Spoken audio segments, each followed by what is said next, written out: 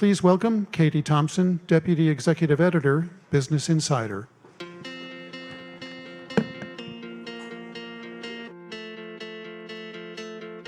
morning, everyone. Welcome. My name is Katie Thompson. I am the Deputy Executive Editor at Business Insider. I'd like to thank everyone for joining us this morning, and I'd like to thank Dell Technologies for helping us host this Ignition Smart Cities event.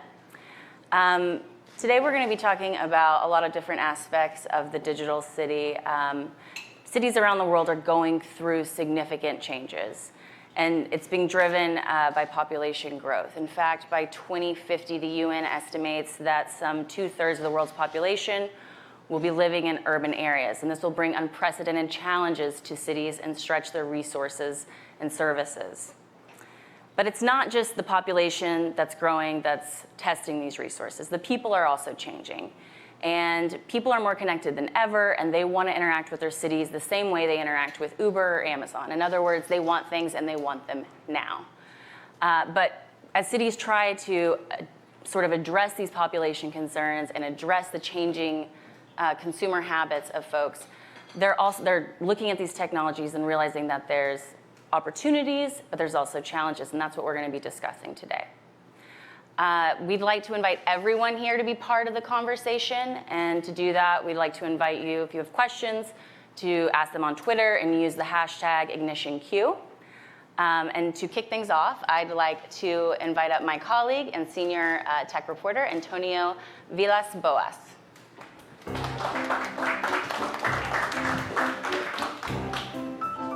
Good morning, everyone. So, I am Antonio Villas-Boas, senior tech reporter at Business Insider. Obviously, we're here to talk about smart cities, and for that, I'd like for Tony and Salinas of Dell to join me, please. Thank you, Tony. Take a seat right here. Then I have Kevin Garlan of Citi, also to join me. And Salinas of Accenture. Thank you so much. This is going to be a trick on these chairs, right? Next chair. Let's talk about the future on these old chairs. That's right. You just can't move. Yeah, all right. So yeah, gentlemen, thanks for coming. I appreciate it very much. I'm going to hit the ground running, talk about security and privacy with the smart city stuff. This stuff I'm curious about, I would love to have addressed. And I'd like to start with a Business Insider headline. A Florida city was forced to use pen and paper and pay a $500,000 ransom after hackers took control of its computers. So, are we checking before we're making a city smart? Or, what are the chances of this Florida city of becoming a smart city? I can actually take that from a perspective of just government in general. Gotcha. I think, from a cyber perspective, your weakest link is your people. And I think fundamentally you have to actually train your people from a cybersecurity perspective. The ransomware is really an effect of really a lack of cybersecurity hygiene. I don't know what the specifics are, what caused that. I should mention they had very poor cybersecurity hygiene. There you go. I think,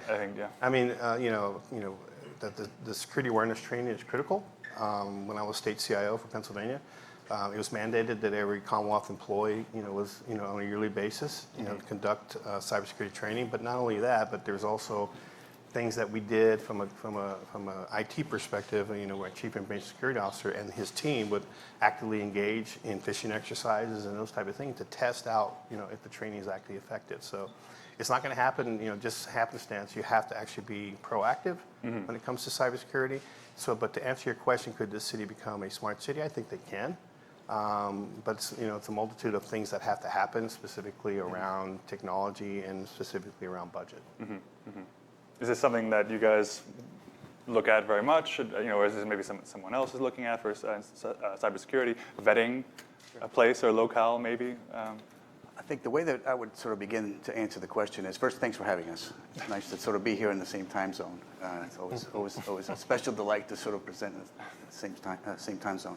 But I think a couple things to really consider, and I'll do this quickly, is one is we are increasingly getting connected. If you read the Gartner research, and there's no reason to believe that the research is not accurate, within 3 years, there'll be 22 sensors for every human being on the planet. And all that information is going to roll up into devices, 6 devices for every human being on the planet. A disproportionate number of those will be in urban settings. So that connection makes us more vulnerable, for sure. And a lot of those sensors are increasingly IP enabled, as Michael Sherwood will tell you in Las Vegas, which makes the security envelope significantly wider. Means we have to securitize from the street all the way back to the consumer. And so there is no easy answer, I think, to your question. The only thing that I would say is there are a lot of very smart people at Dell and at Accenture, and I suspect folks that are tracking this issue at Citi that are focused on the security part of this, the cybersecurity aspect of connectedness.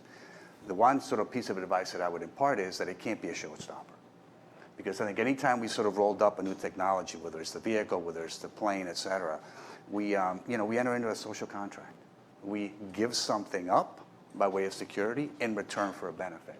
And we believe at Accenture that the benefits of this connectedness will eventually, if not very shortly, outweigh the potential downsides of the vulnerability that comes with the security. Right. There's a guarantee that there will be headlines, cybersecurity lapse here and there, smart city, something, just like there is with smartphones, and all that kind of thing. So. And I guess, again, I'll go back to the my statement that people are your weakest link. I mean, how many folks here have Facebook, Twitter, Instagram?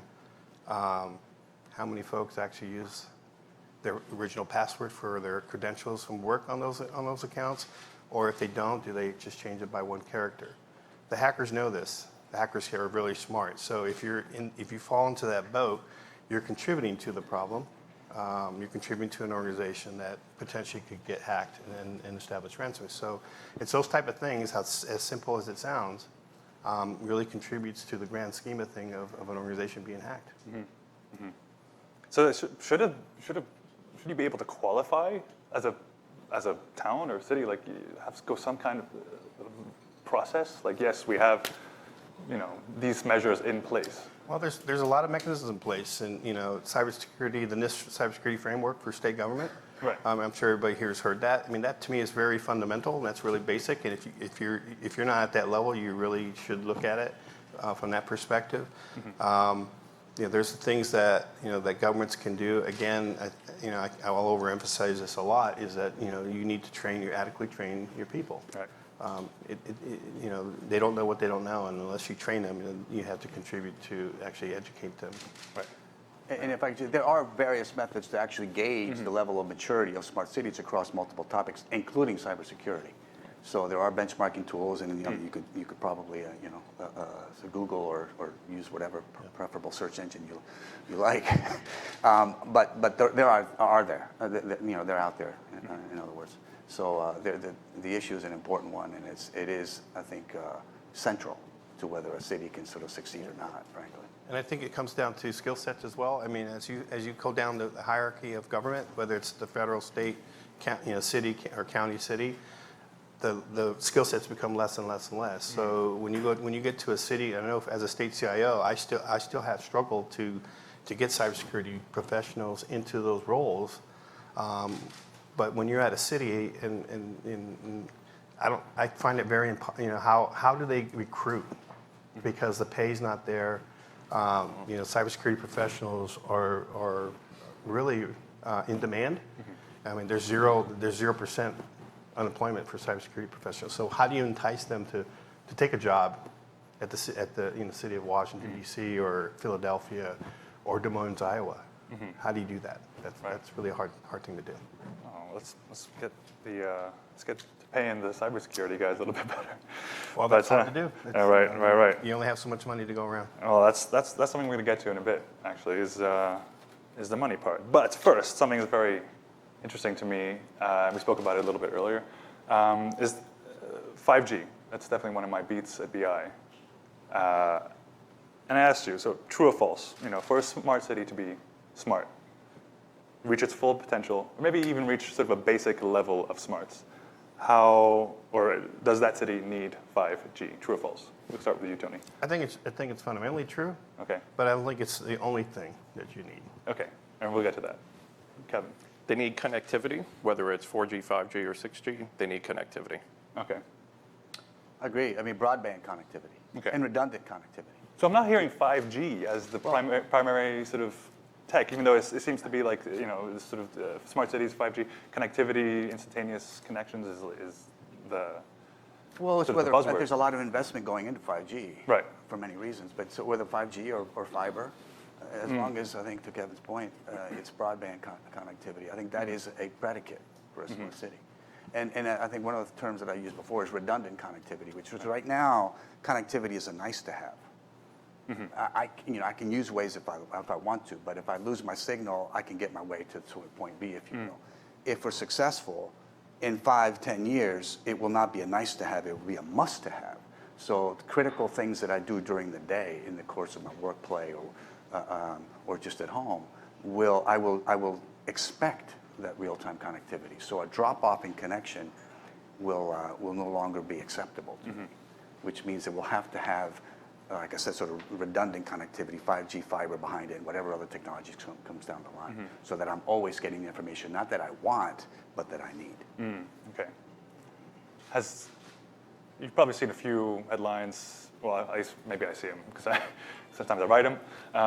But the rollout of 5G has been quite slow. I don't know if does that impact your sort of perception or progress towards work in smart cities? Well, again, I think if you say 5G is a prerequisite for a smart city or digital city, maybe that would be the case. But as everybody on this panel has said, I think it's really a case of having broadband available, whether it's Wi-Fi, whether it's 5G, whether it's 4G, LTE, whatever the case may be.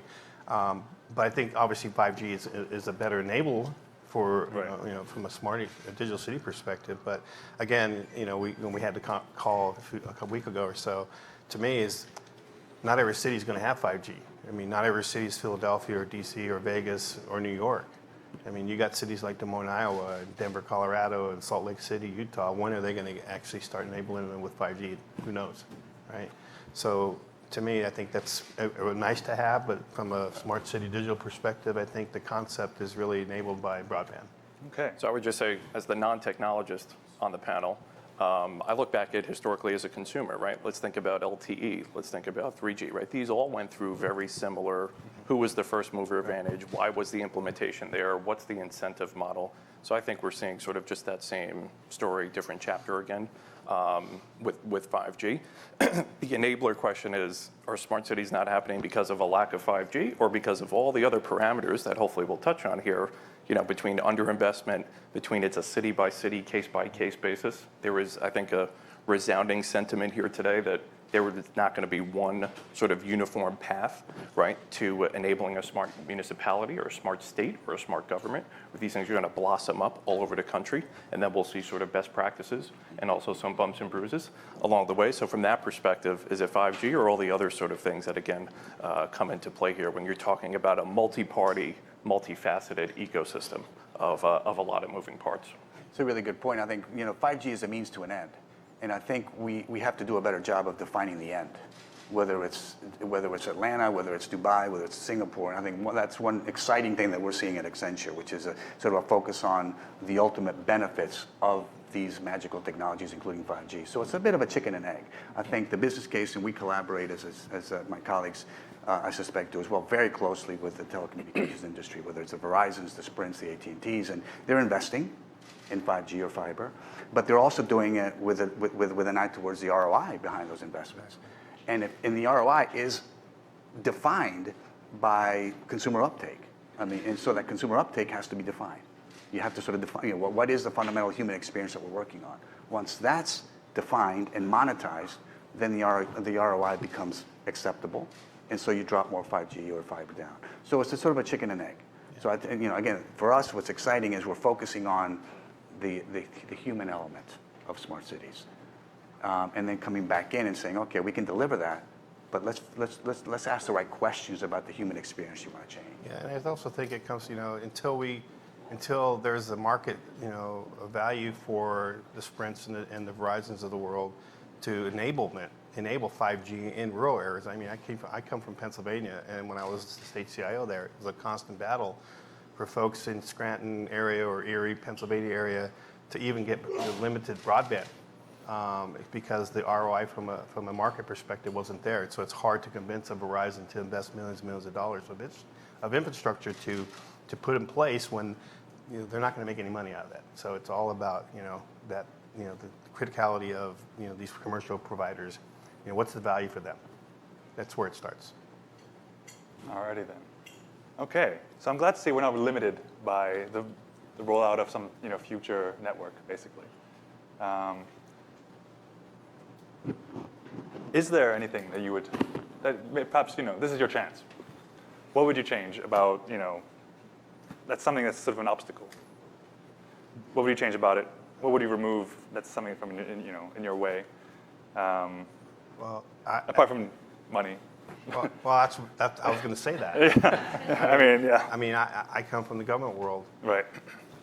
You tell me about smart cities, digital cities. It's a great concept. I love the way, I love the possibilities of that happening.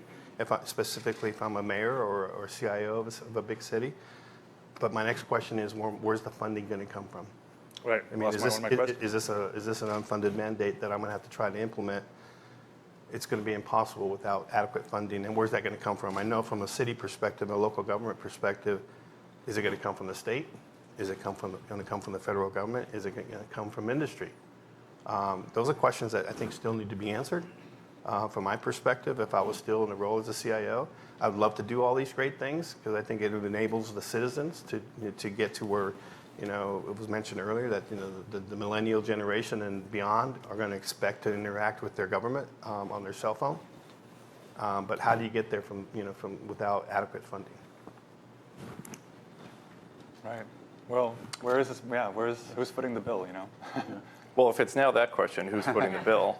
So I think obviously the funding question is at the core. I would even go back to the sort of the incentive or the origination model here. Why would someone think about implementing a smart city, right? Is it to fix end-of-life infrastructure in a city that's been traditionally underinvested or at one end of the spectrum, or is it to attract new talent and new citizen services, right, to make this the city of sort of attracted talent pool and the future economy? So I think there's that question of why would one do it, right? Are we going out here with this topic, sort of the hammer and the nail, right, with a big sort of buzzword, trying to search for a problem that's not really there? Or what are the intrinsic problems that face municipalities, states, and cities today, and how do we attract them? That's, I think, the first question. And then it goes back, obviously, to funding, right? So even just yesterday, our City Ventures unit launched our City Builder platform, which is actually an open source architect tool that allows for opportunity zones, 9 of them across the US, to have an open API system for anyone here in the room or anyone out in the market to go do research and investor development on actually implementing an investor policy. So I think you're thinking about traditional ways of raising funding as a city, right? Traditional debt raise, that will always continue to happen. What's not sort of there yet is this early new wave of new ways to attract and gain capital to make these investments where they're going to go beyond your traditional 1 to 2 or 3 year timeline, right? These are long-term bets that need new long-term investment strategies. So we've taken a step in the pond to sort of put a marketplace together to allow folks to drive that organically. But I think there's going to be things that, again, we're not even thinking about today, and how you fund and invest these new ecosystems, which are going to drive the success of said ecosystems. Mm-hmm. There's a lot to your question. I mean, I would say, so he or she who controls the language controls the debate. I think we've been using the wrong language, probably for the right reasons. I think, for example, if you search on smart cities, you're going to get all sorts of things. You're going to get thousands of hits, most of which will have very little to do with at least what Accenture regards as being a really, truly smart city. You'll probably get sort of articles about individual pilot projects here and there.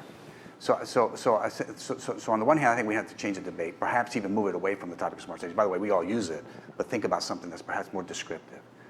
I increasingly use the term sentient city. The city should know that I'm there every bit as much as I know that I'm in the city. That's the potential of this connectivity. Number one. I think to Kevin's point, we have to define this opportunity as a profit center, not a cost center. For one thing, it is a profit center. If you do this right and you deliver entirely new services, exciting new services, it's how to generate new revenue streams for the city and for the stakeholders that are providing those solutions, and perhaps for the community. That's the magic of sort of the opportunity. And again, sort of just to add to Kevin's point, I think we probably have put an undue burden on our public sector clients to finance this innovation. Not that cities don't and shouldn't, but I think there are other players that sort of believe in the technologies as investors, as providers, that are perhaps more willing and able to bring these programs forward at scale, which is the key. Not disparate pilots, not connected pilots, but at scale over 20 years, 25 years. So I think we have to change the discussion there. And frankly, I think we have to change the governance structure. It's no surprise that cities overseas in APAC and Europe are perhaps, in the Middle East, are perhaps a bit more advanced, aren't more advanced than cities in North America. Well, it's how our cities are governed. It's how we make decisions. And so we have to think about the sort of fundamental changes that have to be done, have to be undertaken internally with our public sector counterparts in order to make these things happen and to transcend, by the way, administrations. So you don't have momentum over 3 years, then you have turnover, and then you have to start over. So these programs have to be long-term, and therefore they have to transcend administrations. And so the city or the state or the county or the province has to be an equal participant, advocate, champion, but equal participant with the greater stakeholders in the community. As is the case, by the way, with the border trade work here in D.C., the D.C. Smart Region Program, Connect the DMV, which is an effort to bring everybody as equals to the table, recognizing that this will live on for a long time. I think from a funding perspective, government in general needs to think outside the box and more like a business. I mean, for me, for example, I drove in from Tyson's Corner, and I know that I've been to DC many times. I know I had to be here 2 hours early because I needed to find a parking spot. I would have loved to have an app to tell me where a parking spot was mine, reserve it, and it was mine until I got there. I mean, that to me is an indication of helping me as a citizen, enable me to be more effective, right? And I don't have to leave 2 hours later. So it's things like, funding, and I would have paid a premium for that service. I would have paid a couple bucks to do that, and you multiply that over millions and millions of people, that's pretty significant funding for these kind of projects. I know some states are doing certain things like that with motor vehicle licensing and working with insurance companies to provide them specific data. But I think government should look at those kind of business cases and say, can we, because I assume 90% of the people here would actually raise their hand and say, I would pay for that. I would pay for that service, to make my life easier, right? So, things like that should be discussed. But I think just quickly on the other side of that coin, right, there are sort of shiny objects in the smart city sort of banner, and then there's reality today, right? There's about a dozen or so states where car traffic is up, but gas tax is flattening or down, right? So we're sitting in a world today where cars are just becoming that much more efficient, traditionals, and we're hovering still today about around a 3%, registered vehicle rate of EVs, electronic vehicles on the road. So there are states that are facing a problem today of revenue loss just based on the natural swing of where mobility and the automotive state is going. That's today in the 1 to 2 years. Think about the 5, 10, 20 years out where we're moving to shared fleets, we're pooling, the cars are automatic, the EV rate is upwards of double-digit %. So does that fall in the bucket in the purview of someone responsible for smart cities or smart states, or is that the DOT? Right? And so I think there's also the organizational aspect within cities, states, and municipalities that has been touched on is who's actually driving that transcending across administrations, right? And so have municipalities and states actually set themselves up organizationally in the right manner to help achieve some of this. I think we'll hear about that a little bit later, but again, case by case, city by city, it's going to be tough to make sure that that's consistent across the entire U.S. Case by case, city by city, state by state seems to be. We are 50 countries, basically, 50 mini countries in this large umbrella of a country. And maybe that's why we're not quite as far ahead or we're lagging behind some other countries in terms of smart cities? I think technology? I think that's a good point, right? I mean, every state, and trust me, I've been in state government for a while now. Pennsylvania is different than Maryland, is different than Delaware, different than New Jersey or New York. just fundamental things from a political standpoint, right? Whether you're Republican or Democrat, I mean, things are different. How you want to approach things, you know, some states are high tax states, some are low tax states. I think, you know, going to your point, I think we really need to figure out how we can establish and pay for these things, but think outside the box. You don't have to necessarily raise taxes to provide services to citizens. Citizens would be more than happy to pay for the convenience of a certain specific service that they want. I mean, I love going online. I love being able to register my vehicle online. I'll gladly pay $5 to do that, so I don't have to go and get in my car and drive to a DMV location to do that. Those type of things are happening now, but I think from a digital cities perspective, I think you can start thinking outside the box and really kind of from a services perspective, how much is this really worth? How much is this really worth to the citizen? You know, ask them. You know, let's get a poll of citizens and say, what do you want, and how much would you be willing to pay for this? No, I mean, that's exactly right. I mean, I think we measure success based on how many pilots you can put out there. And the pilots have been sort of defined by what technologies are appealing to me as a purchaser in the public sector realm, which is okay, by the way. If you're pursuing a Generation 1 smart city, quote unquote, program. But we're beyond the individual pilots, as I said earlier, beyond sort of the collection of pilots. And now, our humble opinion at Accenture, and by the way, several of our collaborators in this space believe the same thing. We're sort of in a Generation 3 mode now of smart cities, which is, as I said earlier, long-term, holistic, strategic, collective, sort of a disciplined approach to monetizing the value of new services. We'll call them use cases, new services, and then making those tough decisions. It's that's sort of what I refer to as the sausage making. That's hard to do. And it doesn't come out of the Department of Transportation. It doesn't come out of facilities. It doesn't come out of public works. It comes out of a joint discussion. A joint discussion where you're making hard decisions about the investments you're going to make 2, 5, 10, 20 years out, long term. And I think that, you know, where the private sector has an advantage over government is the government has to service citizens that are, baby boomers and beyond, you know, before them, and the millennials and Gen X and those type of folks. I mean, there's a gamut of people and what they desire. You know, Apple really has to really market to, you know, the new up and coming. You know, it's a lot easier to do development innovation from that perspective, because if I'm a state CIO, I still need to provide the brick and mortar. Folks just love getting in their car and driving to the DMV to get in line to do whatever they got to do. I mean, you're not going to ever change that, so you have to give them the opportunity to do that. In addition to, like my daughter, who never wants to go anywhere, she wants to do everything on her phone. Mm-hmm. So you really have to span that gamut of services, and I can imagine that from a city perspective, it's even worse because, you know, they're actually touching the citizen on a day-to-day basis. So I think it's a fundamentally hard job to do. But again, I think it's possible, but just you really need to think outside the box, and it all really boils down to funding. How are we going to pay for these things? All right. A quick note on the funding, and it's great to see Citi at the table here. I think increasingly there's a community of financial institutions that understand the potential of the technologies, and you know, we work with several of them very closely, and they're sort of prepared to invest in this, recognizing again that this is a profit opportunity for the public sector and for them, and they do so recognizing that this takes a village to do that, to bring these cities to life, if you will, to light them up. I think is a term that we often use, and so it's not just an Accenture, it's not just a Dell, but a sort of a village that recognizes that a rising tide lifts all boats. And if you bring them to the table, as is increasingly being done, certainly by us and others, at the forefront and with full transparency, here are the challenges to the city, here's how to meet them, here's the use cases, projects, here's the ROI behind those, this is what we would expect you to sort of bring in phase 1, this is the first tranche of funding, second tranche, then they will participate, and they are participating. Not just, and by the way, deploying individual pilots, as I said earlier, but doing this long term and committing billions of dollars over the long term, over multiple time horizons. So that's an exciting thing, we believe. Right.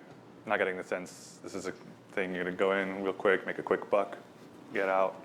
But Certainly there's interest in capturing some of that Right. that back the ROI, but there's also an understanding that the value that's going to get created is going to be over the long term. Right. And I think that mentality from government in general, mayors get elected, whether 4-year terms, whatever the case may be, and so these type of concepts has to transcend the mentality of what can I get done in 4 years. I mean, this is a long-term goal that has to really be understood by any politician that's running for office at that level. Is that I may start it, but it's not going to finish on my watch, and I need to be okay with that. I need to be okay to transition this to another administration, whether it's a Republican or Democrat or whatever the case may be. It has to transcend that, right? It has to be bipartisan. Right. Can I ask a question on this? What do you see are the mechanisms for funding? Are you looking at revenue bonds? What do you think those look like? Multiple. I mean, I think we've seen in some instances actually equity investors come in. We've seen, we've seen loan guarantees and loans. So there's multiple sort of types of investments that are being brought forward, depending on the type of project that's there. There's, I think, in across multiple cities in North America, actually efforts to buy the assets themselves and collect the revenue from those assets, whether it's lighting or other types of sort of street furniture. So, it sort of runs the gamut. I think is the best way that I would answer that question.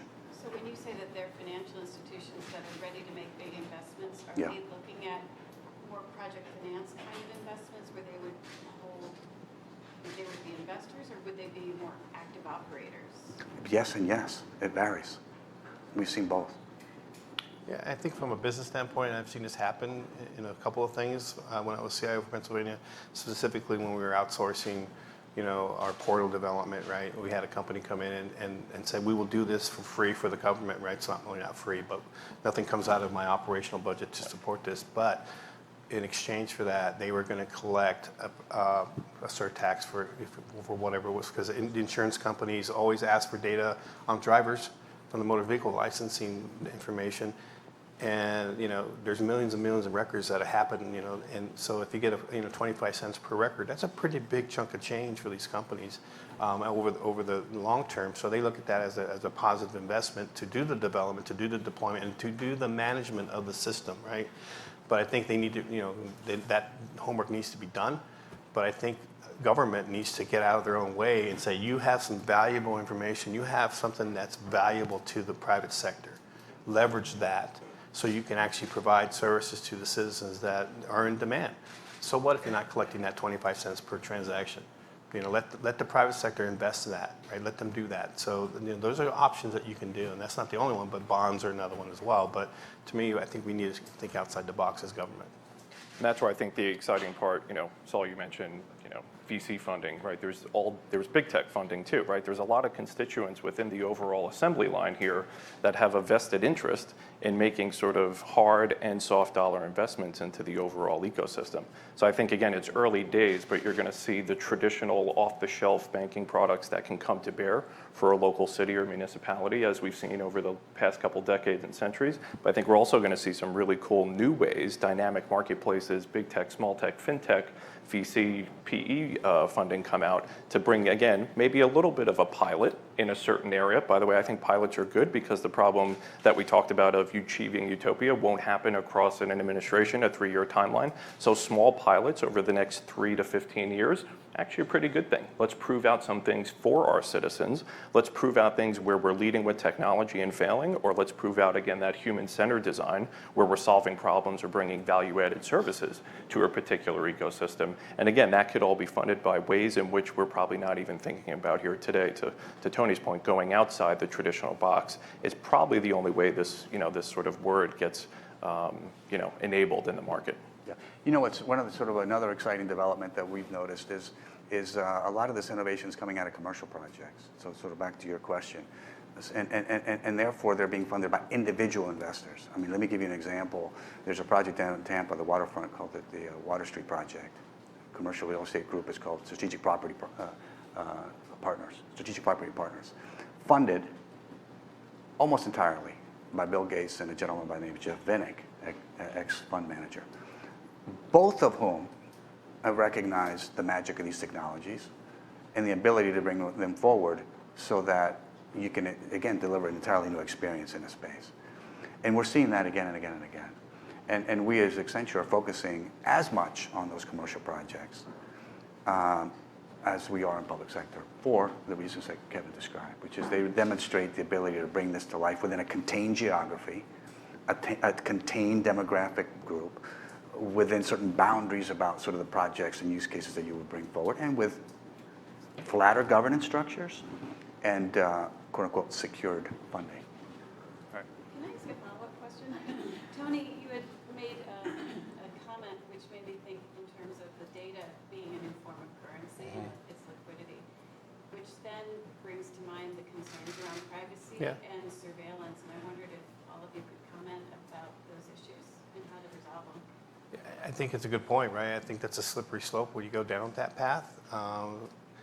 Government, unlike Facebook or anybody else, the citizens are required to give their data. Or if you have a Facebook account, you're doing it. You're just giving it. So to me, maybe it's unfair that the government is at a higher level than Facebook because you're basically giving them the same amount of same type of data, but the government has to really take care of that because they're asking you for it. You're not voluntarily giving it. So I think the care of the data, disposition of the data, where is it at, how's it being used, really those type of things and questions when you actually start entering agreements with private companies, when you sell that data, have to really specifically be clearly identified of what you're going to be able to do and what you can't do with that data. I would just refer to it as one of those other parameters, right, that sort of goes unlooked most times in the conversation of why these things take a while to get moving. Only because, again, you've seen some cities, right, up north in Canada where smart city opportunity, fantastic, it's built out, it's spec'd, it's basically ready to go, but data privacy is the thing holding it back. It's not dollars, it's not anything else we talked about here today, other than the privacy of the citizens' data. Who's going to warehouse it, who's going to store it, who's going to be the escrow agent of it. So I don't have the answer to the actual question of where's it go and how do we solve it. Data is obviously the new oil, as we've heard, right, over the past X amount of years. It's critical to any of these things coming together. And by the way, I think as Saul mentioned, it's also critical to some really cool new value adds, right? We can actually solve cybercrime. We can solve consumer digital identity with some of the new data sets and data practices that are available today that were not available in an analog world. So again, it's still sort of, I would say, the early days of a component of this this overall topic that takes it forward. Yeah. So I mean, at the risk of grossly oversimplifying the privacy and security issue, which is huge, I look at it I sort of divide it in two. There are and will be opportunities to opt in or out on the connectivity, whether it's a Waze or Waze version 10 5 years from now, whether it's in transaction online with Citi. I still have the opportunity to make a choice. Do the benefits outweigh the costs? And that decision is made by me. I can participate or I can't. There's others where I don't have the option to opt in or opt out, whether I'm walking through a park and that park has cameras and the cameras capture my face and it sends it back to someone I don't know. That's the tougher one, I think. That's the tougher one. And that, again, as I said earlier, a lot of folks are working on that. All right. Well, with some more, thank you for the questions. It is time for our Q&A time, which were texted to me. Okay, so what region of the world is leading the way in developing smart cities right now? We mentioned that a little bit. We are lagging behind, so we're not there yet. But it sort of depends on how you measure it. I hate to punt on the question, but I mean, if you look at the cities that are recognized as being leading edge across indicators of success that we would regard as Accenture, there's cities like Dubai that has sort of recognized the value of single platform, single technology platform, but at the same time recognize that it's about the experience. They wrap their smart cities work around a single word, happiness, which I think is innovative. And if you get there and you sort of experience some of the use cases and new services, they do measure their success on happiness, whether they do it right or wrong, but they still sort of use that as the metric. That's one. Singapore, because they've focused on various topics that are important to them, like transportation, public safety, et cetera. So it varies. I hate to sort of. Do you think it's a race? I would argue this region here is one of the leading ones, and it's sort of it's happening very quickly. For those of you, I know, Jill, you're tracking this. The work that's being spearheaded by the DC Board of Trade is one that hasn't, I think, is a very smart thing to do. Hasn't yet focused on the temptation to focus on the technology deployment, but rather is working the underneath. Technology requirements, governance, policy. How do different municipalities and jurisdictions in the area, 24 of them, work together to make it happen and set the table so that you can sort of bring forward a unified vision? I think that's success. That's a measure of success. So those are three that I would point to. Yeah, and I would also submit that the examples that Saul just mentioned, think about it. Dubai, money. Singapore, money. DC area, money. Okay. It all comes down to the money. It absolutely comes down to money. Yep. I would also just throw in, we shouldn't mistake activity for, sort of actual intrinsic sort of progress, right? So there are cities and states not doing anything, and that's okay for them right now, right? For whatever, again, go back to that core problem statement or reason or state of the union of that municipality or area, that could be proper for them, right? So I think there's always the jump to the shiny example at the conference center stage, but there's also a lot of good work that's just happening, getting things done for our citizens today in countries and cities and states around the world. Yeah. And by the way, success is also defined by being super leading edge on deployment of certain technologies. And I know Michael Sherwood's here from Las Vegas, so the work that he's done with lighting on the streets, I just want to sort of recognize and acknowledge that. So if you want to see sort of the deployment of really innovative, on the edge, IP-enabled technologies for transportation, Las Vegas is a perfect example. So I would say that's another way to define it. Mm-hmm. Question here. Hi, Sandra Bear with Personal Cities. I wonder if each of you could talk about what you're doing to truly transform cities as opposed to the incremental changes. I mean, I'm all for LED lighting, I'm all for online DMV registration, but what are you doing that's really, thinking bigger, bolder, doing things differently? Because some of what's happening, especially in the U.S., is just, incremental, slight changes. People ask me all the time, what's a smart city in the U.S.? And I'm not sure I can say there is one. But I think the question is, what's transformational? What's bigger, bolder ideas that are happening? Are your companies working on that?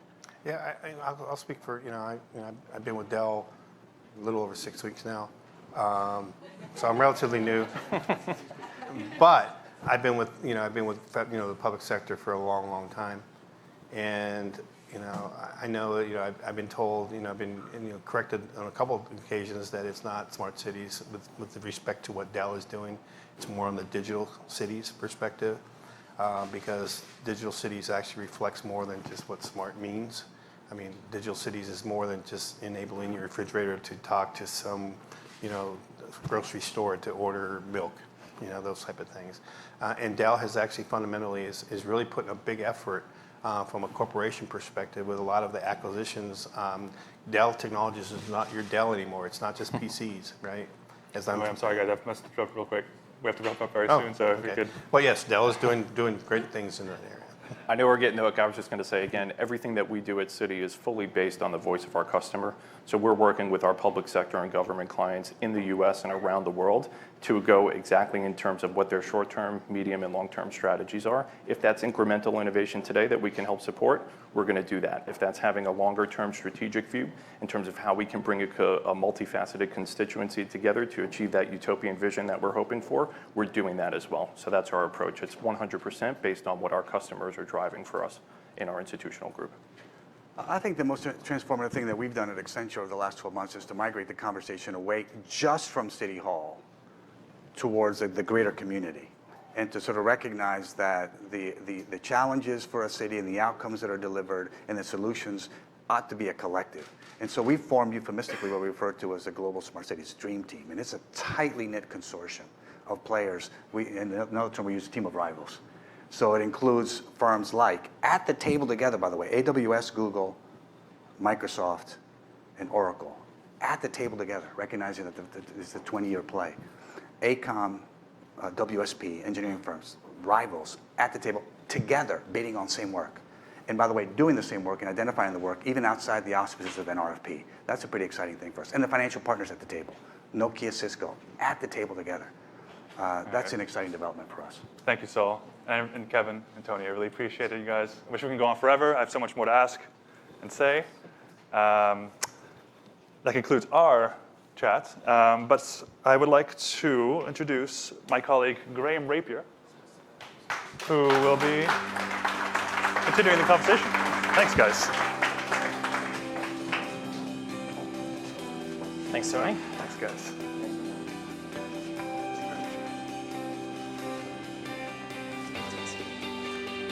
So before I bring up our next guest, I've been asked to remind everyone we are live streaming today's event. You can ask questions with the hashtag #InitianQ on Twitter. And with that said, I'm really excited for our next guest. I think he has a bit of a behind-the-scenes role in a city that we all visit for business or for debauchery. And it's one that we may not talk about a lot. So I'm really excited to bring up Michael Sherwood of the City of Las Vegas. Thank you. How you doing? I need to come up with an innovation that makes the chair easier to get on. Thanks for joining us. Thank you. So I think it's helpful. We touched on it a bit in the first panel, but we should probably start with some shared language here. What does it mean for a city like Las Vegas to be smart? Why should I care? Why should a citizen care? Why should anyone in this room care? Well, I'm going to be probably, I don't know, I'd say different. I don't believe in smart cities. There's no city smarter than another city. So I believe in inclusion and connectivity. So I believe in a connected community, connecting government and business to the community itself. So it's more about collaboration and inclusion than it is about being smart. When we talk about smart per se, we're talking about efficiency. We're talking about how the government and what we do specifically provides services, how we can do that more effectively, efficiently, and provide safety and new services to the community. And so what does that look like in practice? Give us some examples here. Well, we have about 80 running pilots currently today in downtown Las Vegas. So we were the first city to launch an autonomous shuttle.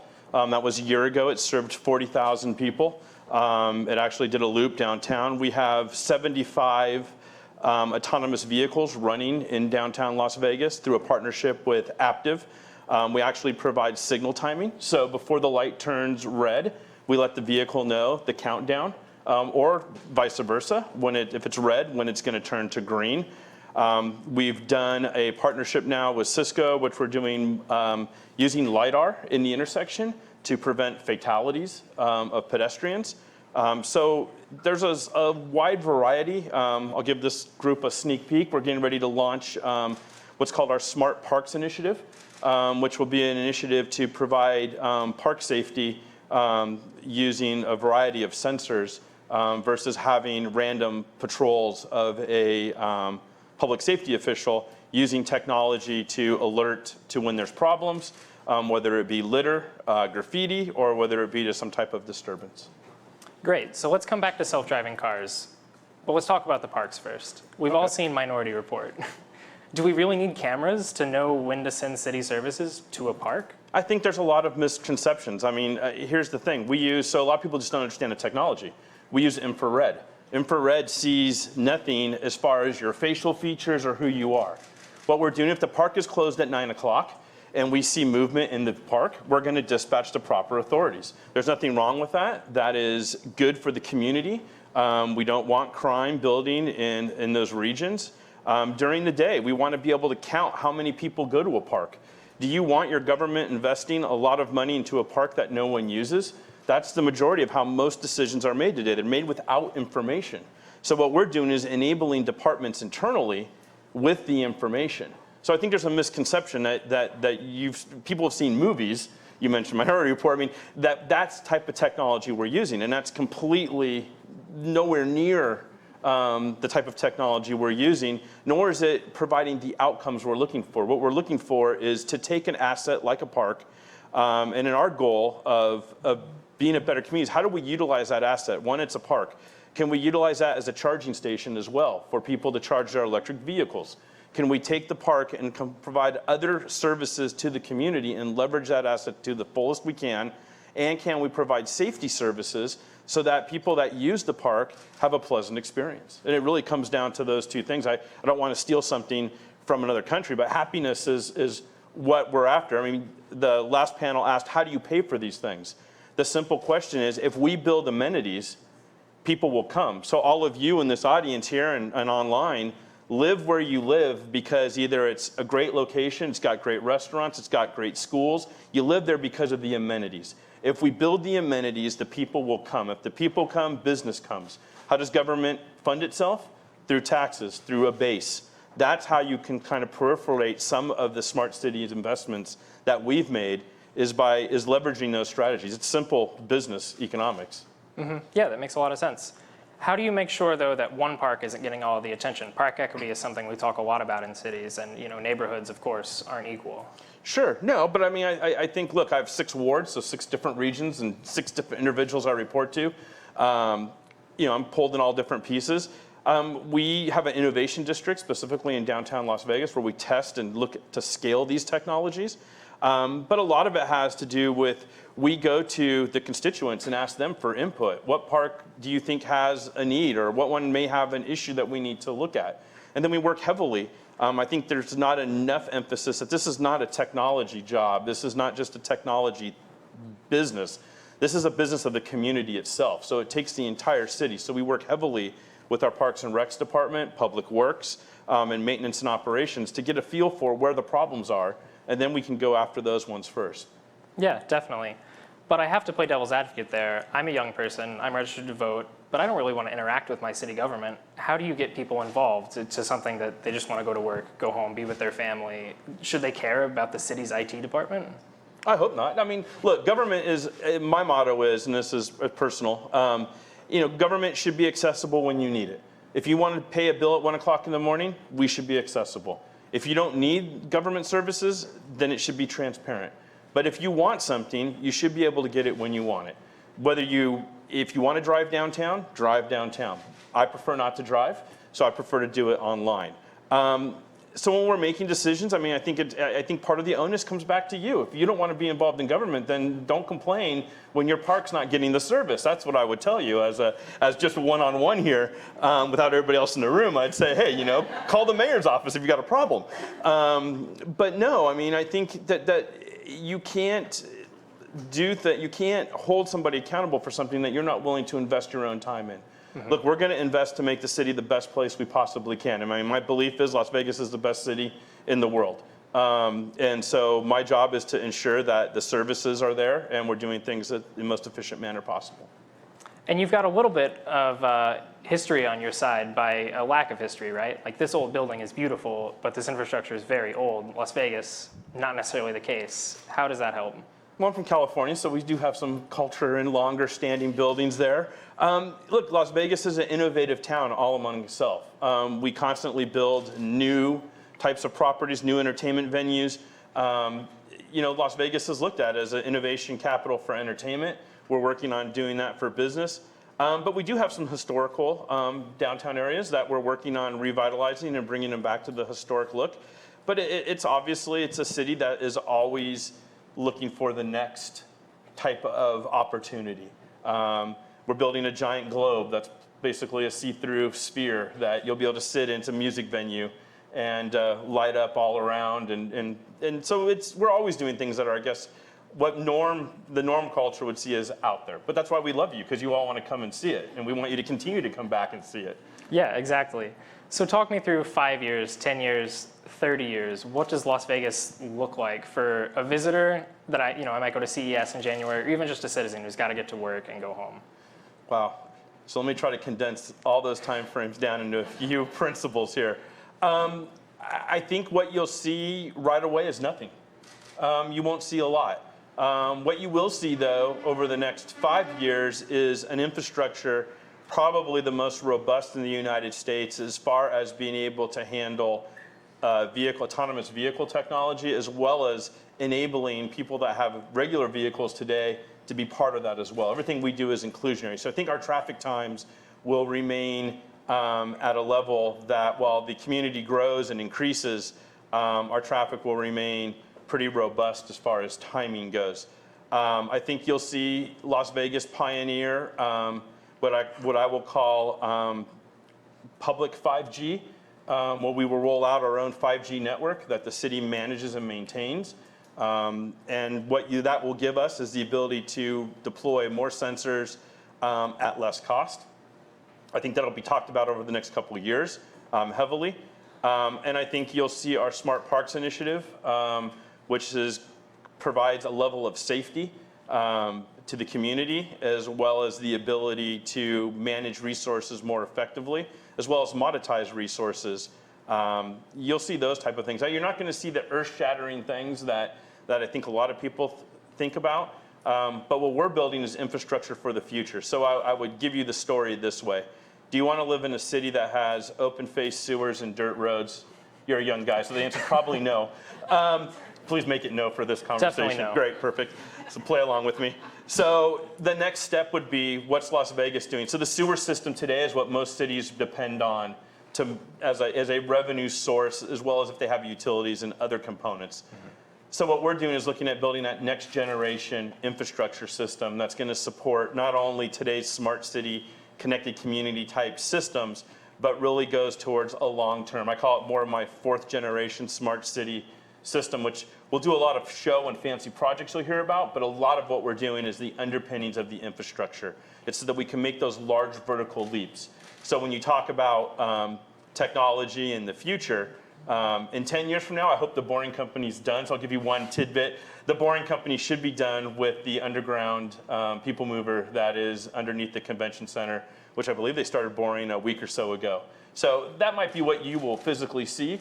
A lot more hotels, a lot more neon, or LED now. But as far as big technology things, I think a lot of it's going to be behind the scenes. We don't necessarily want it to be seen. We want our efficiency to be gained internally. So that duality is something I want to talk about, the big flashy projects and the underpinning that should be invisible. With things like self-driving cars, couldn't that same investment, that same money, go to probably 4 times the bus lanes or something like that? Why do we need the self-driving cars when we have technology today that works? So it's a great question. But I think if you ask that same question to FedEx and UPS, what's their most expensive component of delivering a package? Labor. So for us, long-term, automation is going to affect not just government, it affects everybody in this room. And it will be there slowly but surely. Displacement and disruption will be there. So for us, it's about more getting a handle and understanding about what these technologies do, number one. Number two is to start working on workforce development opportunities. I think a lot of smart city programs completely ignore the fact that it takes a community to win. And so there's a lot of people in the community that need educational services, that they need internet services, inclusionary opportunities to learn, to fill these obviously technology jobs that are coming in the future. But back to specifically to your question, if we don't take that leap now, what happens when no one comes to Las Vegas anymore because we don't have the amenities? So you're at the short-term question, but you're missing the long-term gain. Long-term gain is that single parent can get on an autonomous shuttle for basically little cost because there's no driver in it, and can take their child to the hospital or to a doctor or shopping, where the bus is continually going to cost us more to operate. The labor costs will not go down. So the long-term play is to build through efficiency. Right, but at the same time, this might be less of an issue in Las Vegas, but here in DC, New York, all along the East Coast, cars are still big boxes of metal, right, taking up space. What about congestion? You mentioned traffic was going to be a problem for a while, but we have to grapple with it eventually. You do. I mean, it's as any region grows, traffic concerns become an issue. The projects that we're working on, which are basically using sensors, we use the word optical sensor. You might say camera. Optical is more pleasing. And so we use optical sensors to start gauging traffic flow. So I'll give you an example. I was formerly with City of Irvine as a deputy police officer, or chief, whatever, it doesn't matter. Bottom line is, here's the story for you. I bet you, as a young man, that you've been at some intersection at 1 o'clock in the morning, and you're the only car there, your light's red. And I know none of you in the audience looked around and then made that decision, do I go or do I stay? If I go, the police could be around the corner and I'm gonna be in trouble. Hopefully you did the right thing and you stayed. So what our technology we're working on now is we use optical cameras to gauge traffic flow and then to automatically change the light based on flow.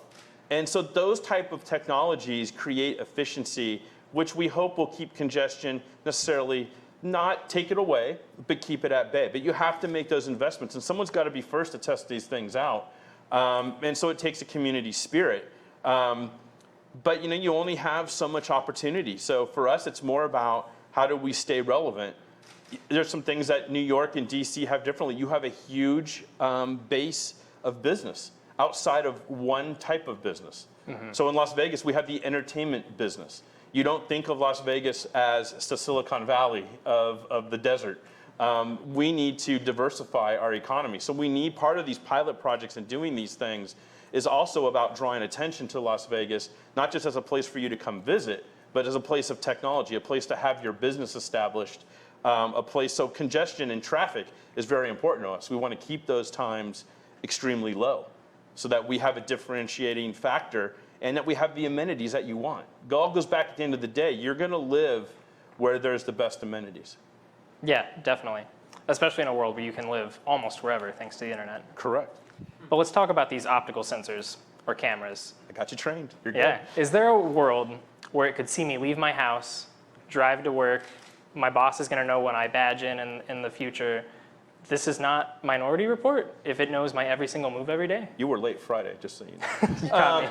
But no, look, the cameras that a lot of the technology we use, we don't care about the individual at all. So we're not identifying facial features to you or to any one individual. What we're doing is we're counting the number of pedestrians on the street.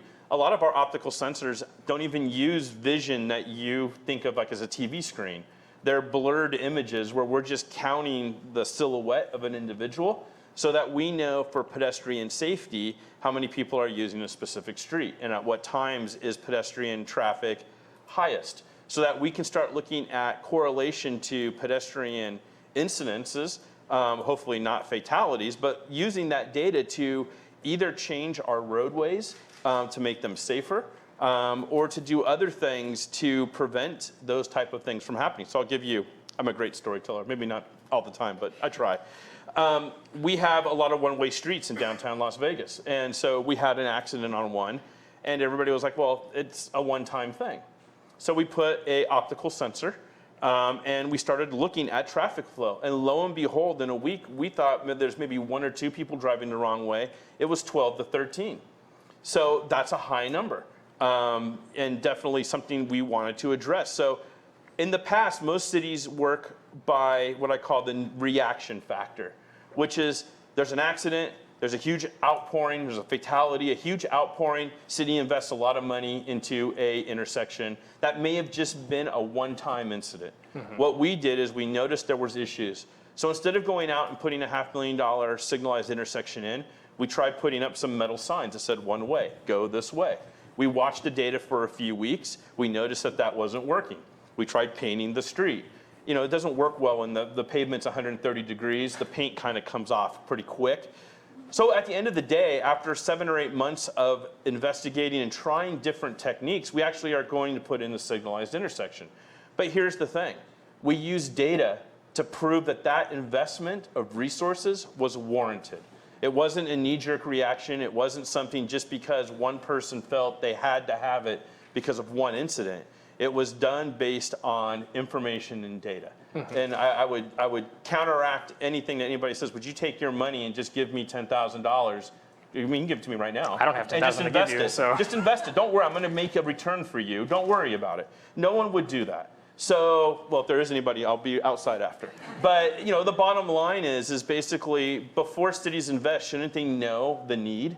And shouldn't they know that what they've installed is making a difference? So now that we're getting ready to put that in, now in other streets that we have downtown, now we've seen a reduction once we've changed the light timing, we've changed signage or done other things. Those optical sensors make all the difference. And I want to make sure we get to our internet questions. They want to know how you are being inclusive with this data. Are you studying the entire city to make sure that all the neighborhoods, regardless of wealth or inequality, get studied and get these investments? So inclusion is very important. Our innovation district makes up basically a makeup of the entire city.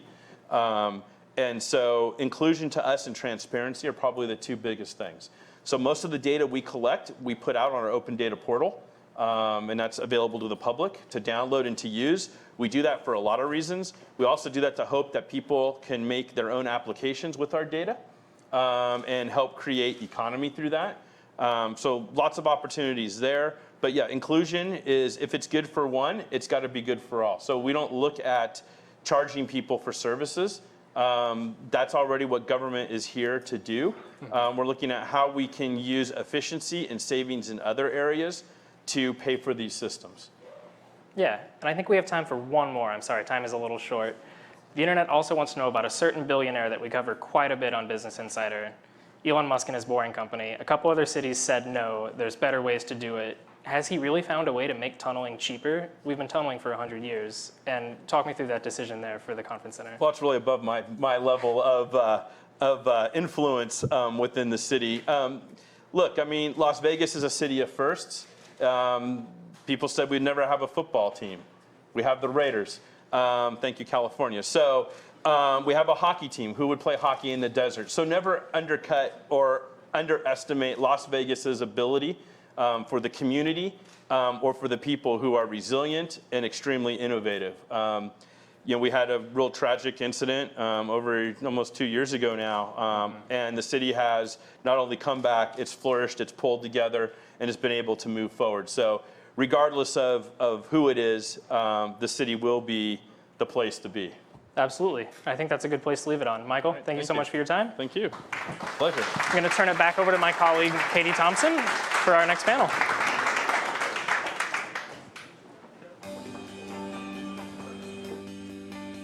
Thanks, Graham. And I'd like to welcome Lindsey Parker, the CTO of our nation's capital, to talk about moving towards equity as we roll out smart cities. Thanks very much. Thank you. Thanks for joining us, Lindsey. Yeah. These chairs are something. Yeah. I was kind of watching and trying to figure out what I had knee surgery about a year ago, so I'm like, Oh, well, be careful yeah, then. we're not gonna fall. We're not gonna fall. Anyway. So yeah, I'd like to just jump right in. Yeah. Well, Smart- first of all, can I just say that we beat Las Vegas in the Stanley Cup last Oh, okay. Throw some shade. I like that. I like that. No. We had a friendly wager, I think, with the mayor of Las Vegas when that happened. But we have some sports teams that we're pretty proud of in Washington D.C. too. Yeah, absolutely. Good. Yeah, no, that's great. So you've been the CTO of DC for about a year now, but you've sort of been in the tech space longer than that. You worked in cybersecurity previously, so you're very aware of how the rollout of emerging technologies works. And it's very easy when there's new technologies coming to the forefront, coming to market, for people to get left behind. And a concern with smart cities has been that it could widen the digital divide and potentially leave those who are already at a disadvantage further behind. And one example of this is the concern that the rollout of 5G could roll out to wealthier areas, first leaving those in lower income areas and businesses in those areas at a disadvantage. So I'm curious, and with this in mind, what do you think the one thing cities should be doing to ensure everyone is given the same opportunity as these new technologies roll out? Yeah. Well, one thing I wanted to say, though, is that Michael is doing some really good things in Las Vegas. And one of the things that I kind of take from him, and I really appreciate, and having heard his conversation before us, is that he's coming from a non-tech, well, he has a technical background, but he's also coming from sort of a business side of things as well. And I did the same thing. So I was the deputy chief of staff for the mayor for the past 5 years. And then, so I know her vision, know what she's trying to do, know some of the things that we're grappling with around the government that we're trying to fix. And so that was sort of why she said, hey, why don't you think about being the CTO? And I jumped at the opportunity. I'm very happy, and I'm loving the challenge that's put forth. And I think that is something that we're going to see in the future. So it's sort of more business operations folks coming over to the technology side, trying to help kind of bridge that divide, so that we don't have sort of a siloed tech shop that doesn't really understand sort of the day-to-day at the police office or at the police station, et cetera. I say that to then say, you asked about inclusion. I personally believe that cities are inherently smart.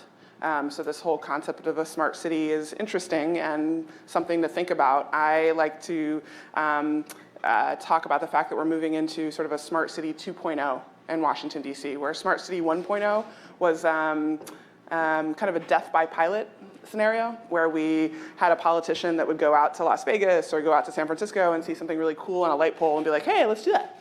And we'd try it all out. And then, in my opinion, we'd kind of, anyway, we try out a lot of different things, maybe not so much with the outcome in mind and what we were actually, the goal of what we were actually trying to do in mind. And so what I like about when I talk about Smart City 2.0 is we're going to really think about what we're trying to get to, what we're trying to solve for, and then we're going to set the requirements and kind of bring on the things that we're going to test. But we're not going to like allow, and I love everybody in the room. A lot of people are working for great companies that are all about Smart City, and so don't take this the wrong way, but I'm not gonna just say, yes, let's try something out because it's got the Smart City moniker attached to it, if that makes sense. So all that to say, right, you've got some people that are business-minded, thinking about the business of governing. You've got, in the tech shop now, for the first time, you've got a more outcome-driven Smart City bent on where you're trying to drive the city,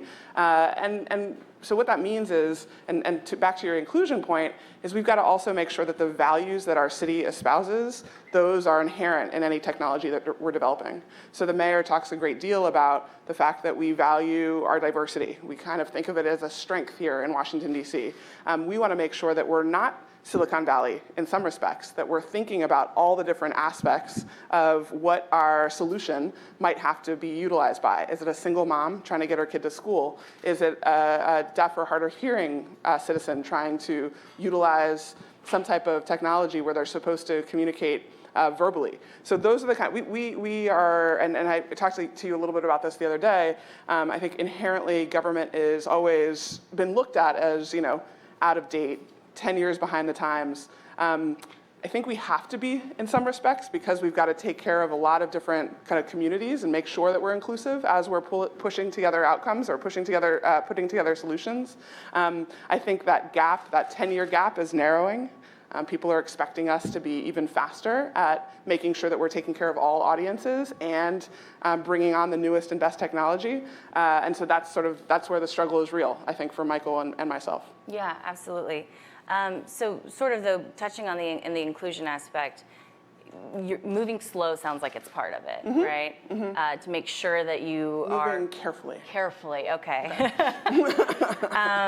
But do you think that there should be, as regions and cities and states sort of adopt these technologies, that there should maybe be some more regulations in place to make sure that the right data protections are in order and that people aren't being excluded? Yeah.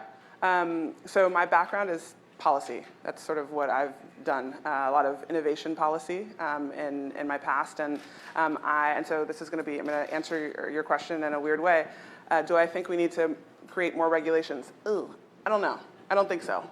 Not yet. I don't want to stifle innovation.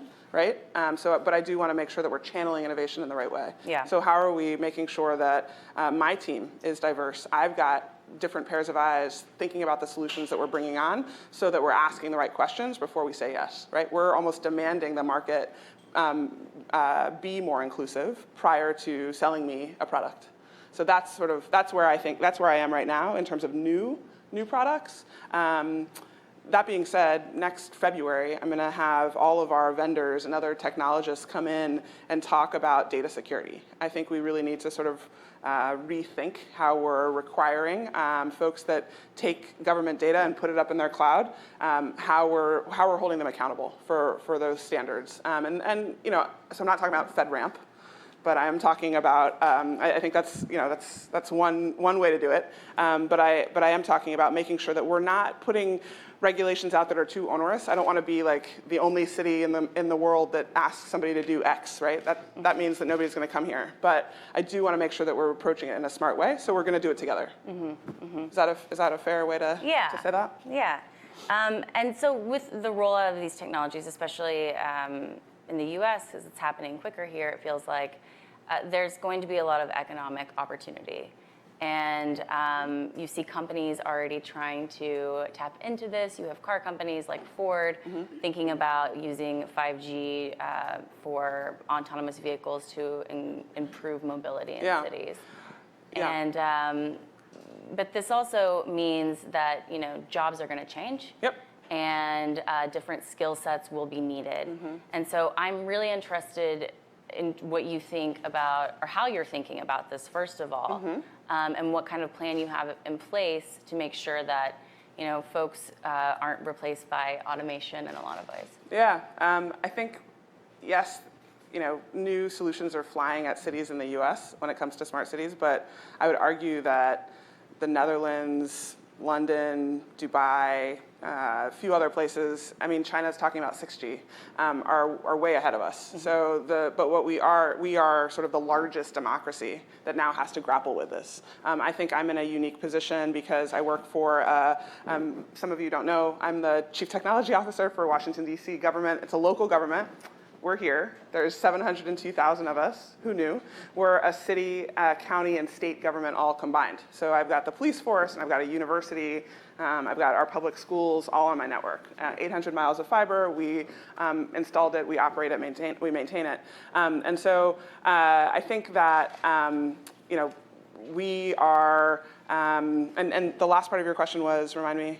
What was the last part of your question? Well, how are you thinking about, as the jobs or skill sets change, like how are you thinking about that issue? So automation. So we have a lot to grapple with. We've got a really interesting workforce that's sort of all over the map here in Washington, D.C. But one of the things that we've got to do is set forth a plan. My problem is I can't say, okay, let's put automated buses on the street tomorrow because I've got a union to grapple with, right? The bus driver union, but I also have people, right? Families that live here that was their career, and now I'm telling them that their career is no longer. So I want to make sure that what we've got, and we're working really closely with our Department of Labor equivalent, Department of Employment Services here in Washington, D.C., to make sure that we've got a plan in place so that we're helping folks that may not see a future in their current line of work find a future in another line of work. And there's ways to do that. One of the things that we're contemplating for bus drivers, not tomorrow, bus drivers watching, but soon, is making sure that they know more about the mechanics of a bus sometimes than anybody else, because they've got all of a sudden their bus is stopped and they know they need to make the next stop in the next 5 minutes, and they can go out and look inside and figure something out. So helping them, showing them that they can actually be not only mechanics but also think about the computer behind the automation, I think is making sure that people feel like there's a role for them in sort of the next generation of technology here in Washington, D.C. is really important to the mayor, and it's really important to us. Yeah. And then how does that impact how you're thinking about, recruiting new talent and hiring? What are you guys doing there? Turns out there's another government in town that hires a lot of people, particularly in the IT field. So we have 600 people in the CTO's office in Washington, D.C., and I've got a cyber team, and I've got a security architect, and a development team. When we go out to the market with a new job posting, turns out like every other federal agency decides to do the same thing at the same time. It's lovely. And so it's pretty competitive around here, as you can imagine. And the region, just sort of tech companies in general, this is a good question. I'm trying to do two things. One, I think we've got a lot of mission-driven folks that are signing up to do the work, because we are, like I said, a city, county, and state all in one. So it takes out a little bit of the bureaucracy. You can really kind of make your mind up about a solution and then roll it out and see it work the next day as you drive to work. I mean, that's how how quick we can kind of turn things around. I love that. That's why I'm here. I think that kind of Washington, D.C. as a microcosm of sort of fixing urban centers throughout the U.S. is real, and we are doing some really cool things here.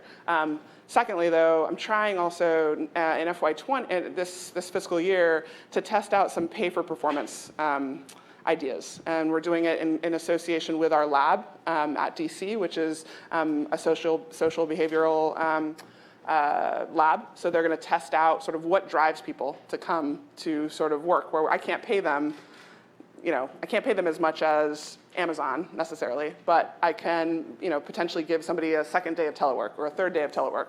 What's going to drive people and those civic innovators to come and work at the beginning and the middle and the end of their careers? And that's the question that I'm grappling with, and we're gonna look into, and hopefully in about a year come back with some data. Very cool. Yeah. It's not just companies like Ford looking for business opportunities with smart cities. Tech companies are really interested. No, it's everybody. Yeah, everybody. Okay. You can just look at my email. It's everybody. Specifically, one that stands out is Google, and with their Sidewalk Labs initiative. We've seen in 2017, I believe they had a contract with Toronto to use some of their unused land to develop a smart city, and they've faced a lot of scrutiny about the data they wanted to collect and how much or how little oversight they were requesting. I'm curious to get your thoughts on how involved tech companies should be when it comes to developing smart cities.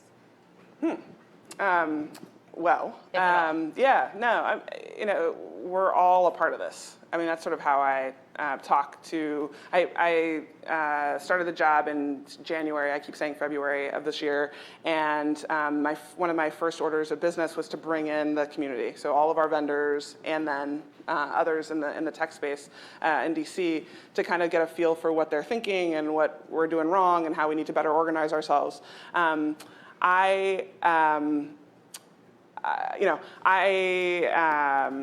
Inherently, and remind me again, the last point, I was going to answer a previous point that you made. How involved do you think tech companies should be? So they're coming up with the ideas, right? I can only do, like Michael had talked about, is I've got to focus on the infrastructure, right? I've got to make sure that our enterprise infrastructure is there and ready when the police department decides that they want to put in 140 more CCTV cameras, right? I've got to make sure that when the foster care system decides that they want to try out virtual reality goggles to simulate social worker interactions, that our network can take that. And we've got a data lake to collect the data and make sure that they're able to analyze what's in there.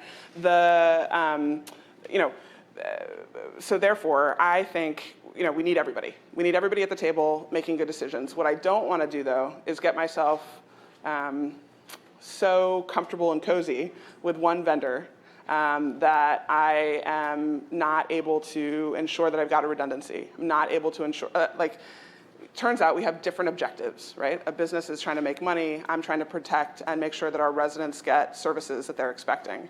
If that business decides to go out of business, or if that business decides to be sold to another business, and all of a sudden their objective changes, I'm kind of screwed. So I am working really hard to make sure we had the first time, and the budget that happened before I came into office had a vendor listed on a budget line. Ooh. And I was like, let's not do that in government. Let's think about ways to be a little bit more creative to make sure that we're vendor agnostic. We're excited about innovation. We want you to come to the table with your good ideas, but we're going to think about using things like requests for information, requests for ideas, challenges to get really creative ideas, and make sure that we've got protections in place, right? So that we understand how you're using our data. You understand how we are required to use and store and secure our data, and we'll make sure that you're able to be audited, right, in any way that you're using information that you're collecting from our tax base. And earlier you said that you weren't thrilled about the idea of regulations when it came to building out smart city infrastructure. Over-regulation. Over-regulation. So Yeah. Does that apply also with tech companies being involved in collecting data? This is a hard one, right? I work for government, so turns out regulations, there are a lot of them. But I don't want to overregulate. I'm not interested in overregulating. I'm interested in making sure that we're all playing by the rules, and we'll use whatever way we need to do that, right? Whether it's through our contracts, whether it's through actual regulations, or simply policies that we've got out there that we've just got to follow and make sure that people are complying, and make sure that we've got a way that we're checking to make sure that people are complying. I'm not interested in sort of like stopping, right, the ability to innovate, but we have to be careful. Yeah. And sort of on this topic, I mean, you've touched on it some, like building out the infrastructure, putting cameras everywhere, sensors everywhere. There's a lot of data that's taken from us citizens that we may not even be aware of.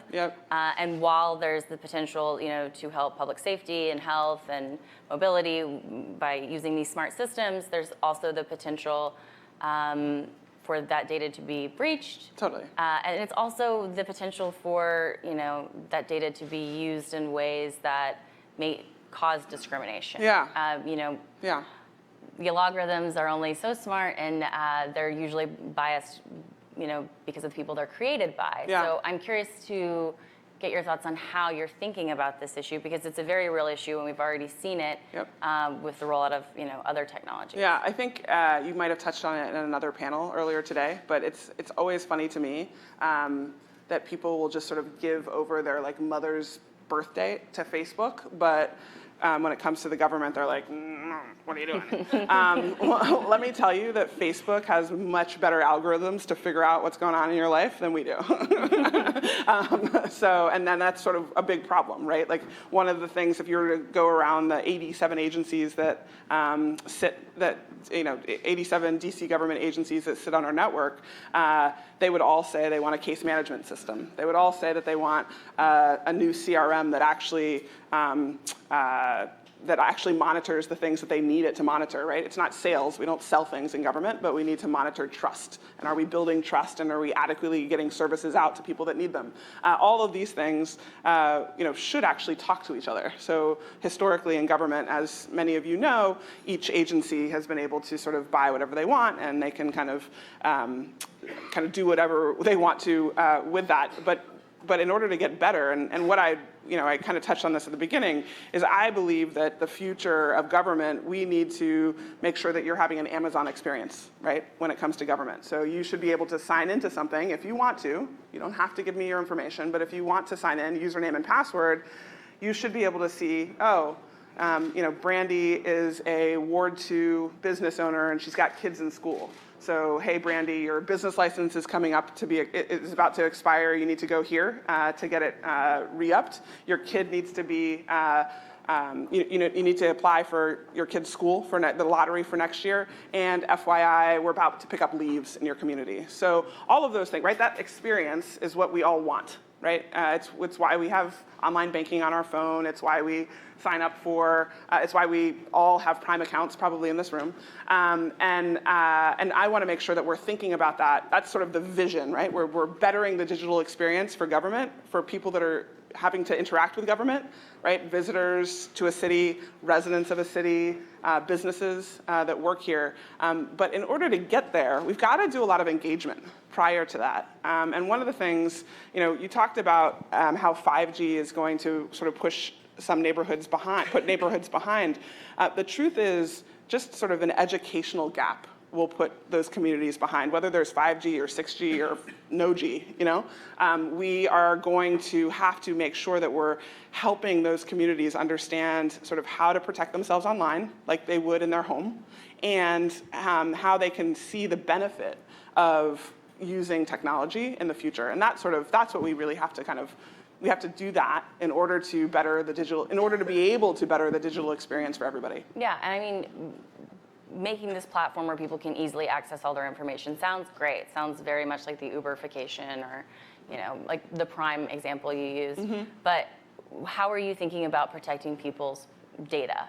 Because we get our credit cards breached, it seems like, every month. Yeah. Some sort of big breach in the financial world. Like, why are cities better to protect their data than? So technically right now, all those companies that you talk about, all the big breaches that you know of, they're moving data all over the place, right, out of their network.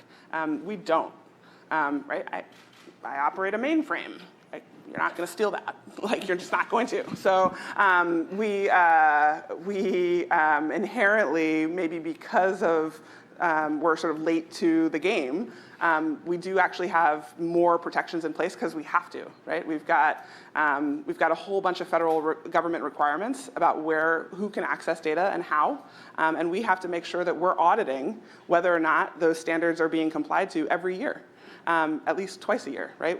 Sometimes the IRS comes in, sometimes our own IG comes in, so those are things that all become publicly available. You can actually see if we're able to house your data in appropriate ways. Those are things that are for the public. We should actually, in my opinion, if we could get this all this together in the best way possible, we have a dashboard that shows you how secure you are, right? We've done all these different checks, and so that your health information is green right now, it's just fine. You know that your business information is just fine because we've just done another check, right? You should be able to see that, and you should ask the government to be able to see that, right? You should when you businesses and also any other sort of anybody else that's sort of demanding data protections, that's something that you could definitely ask. You can ask of me. I can tell you right now the systems that are under my control and sort of how we're making sure that those things are protected. So those are that's another. It's a kind of a burden of government, but it's a good thing, right? We've got to make sure that our data is secure all the time. Yeah. And it's more than just people's data, though. I mean, like when you're connecting a city and infrastructure that and services that people rely on, there's also the concern of cyber attacks, and that's a very real threat that we've touched on a little bit earlier today.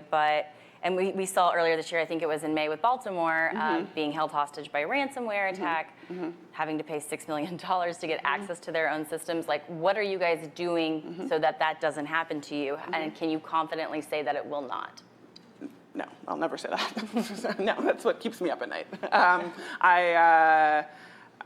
I will say, however, that our organization has been around since 1998, and we've got a team of 5 that have been there since 1998, and then many, many, many more have been added to the fold. But we kind of came about when the Department of Homeland Security and others in the federal government were also thinking about the cyberspace, and so we were one of their first customers, actually, when it comes to cyber. Turns out everybody thinks that DC government is the federal government, so they try whatever they're going to try here first, thinking it's kind of like federal light.